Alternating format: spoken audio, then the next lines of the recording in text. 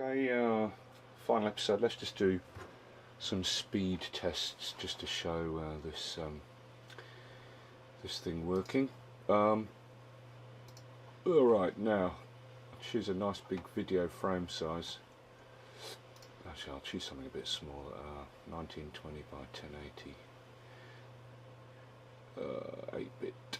Now, what I'm going to do first, I'm going to test the internal Mac drive. I'm going to use a 0.5 GB file here, size, and I'm testing the Mac drive,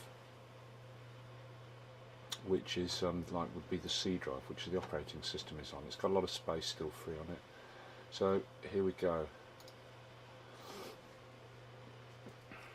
I'm using this AGA video system disk tester.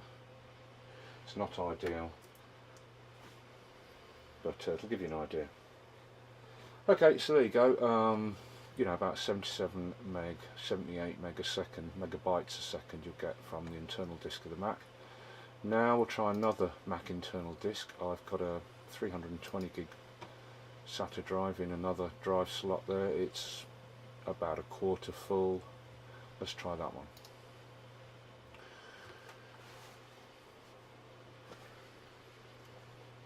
A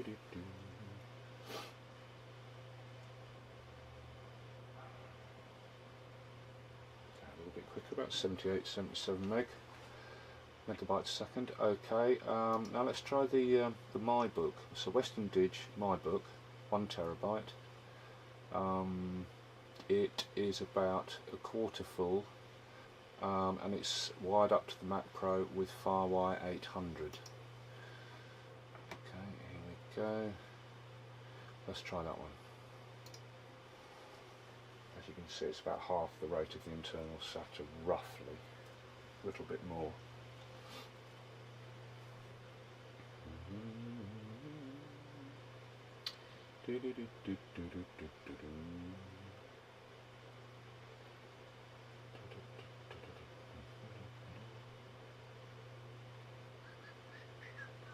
Okay, and now let's try the GSpeed. Okay, you can see there's a pretty substantial jump there, and how fast it's reading that 0.5 GB and writing that 0.5 GB. So you're looking at almost a 3 times increase there. Okay, here we are at Logic Pro, and I've got 255 tracks, and each one's got a 2496 file on. Now, obviously, I didn't have time to create 255 or 256 completely different 2496 audio files. So what I did was I took a 2496 audio file and I made 255 copies.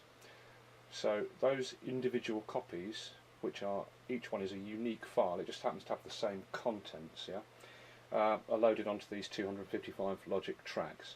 So the GSpeed ES is delivering 255 unique audio file tracks through the system. Okay, so let's, the other thing is I've got it set to the internal audio device, not the Apogee Duet, which is wired up to the system, just so the sound will come out of these speakers, right, rather than having to wire up the monitoring. So let's hit play. I'm at bar 40. Okay, so hit play. There'll be a bit of a pause. Here we go.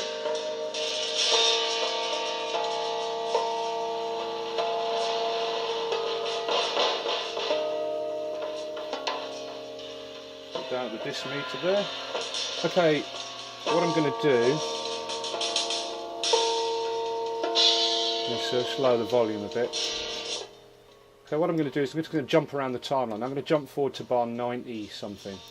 Here we go, there'll be a pause. Just buffering, and there you go. I'll step back to bar 25. There'll be a pause for buffering.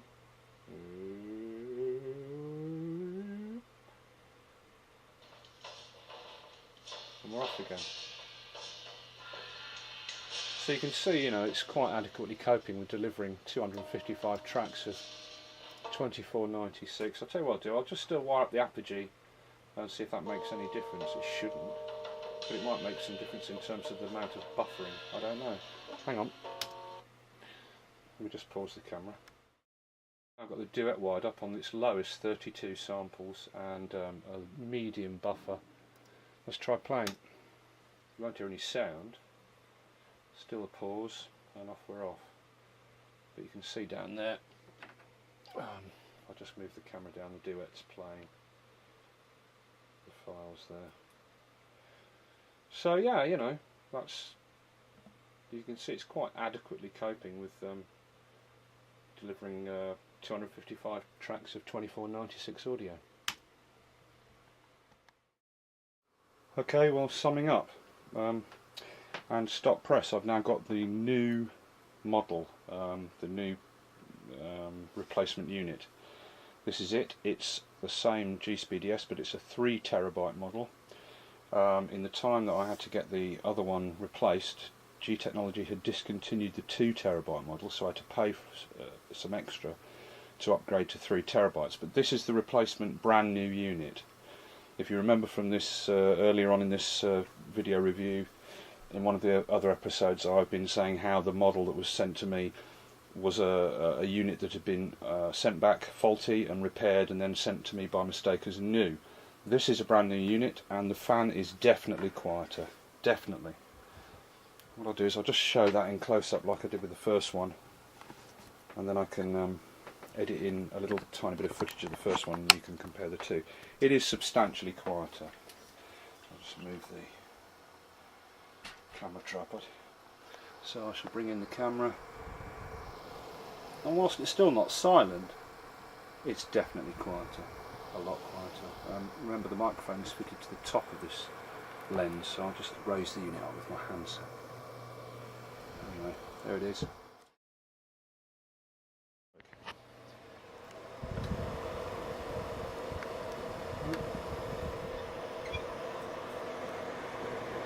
And most of that noise is coming from the cooling fan.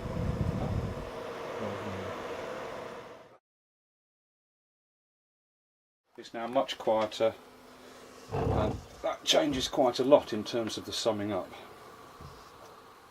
Let's get the camera back on the tripod. So, in summing up, basically, if you need either some type of professional storage solution, because this can be striped or mirrored or done in a variety of different RAID formats as we've discussed. For a pro studio that's doing very high track counts of 2496 or 24192 audio, this will give you more tracks than you could possibly need. If you're doing video synced with audio, some type of work like that, scoring, again it's a great solution to provide high quality video playback. In terms of the quietness, now that I've got a fixed unit, once it's under the bench where it lives, it's adequately quiet. You wouldn't want to do the most ultra pristine recording with lots of silent space that requires the most perfectly quiet environment, but even in a home studio scenario, when it's under the bench, it's pretty much not noticeable. It doesn't really make any much more noise than a pretty quiet PC. So yeah, so I think it's a great little product, and there isn't a lot of choice on the market if you don't go for this one. You're looking at this or the Pro Avio Edit Box or something like that. The value isn't as good as it was now that the pound has done so many things.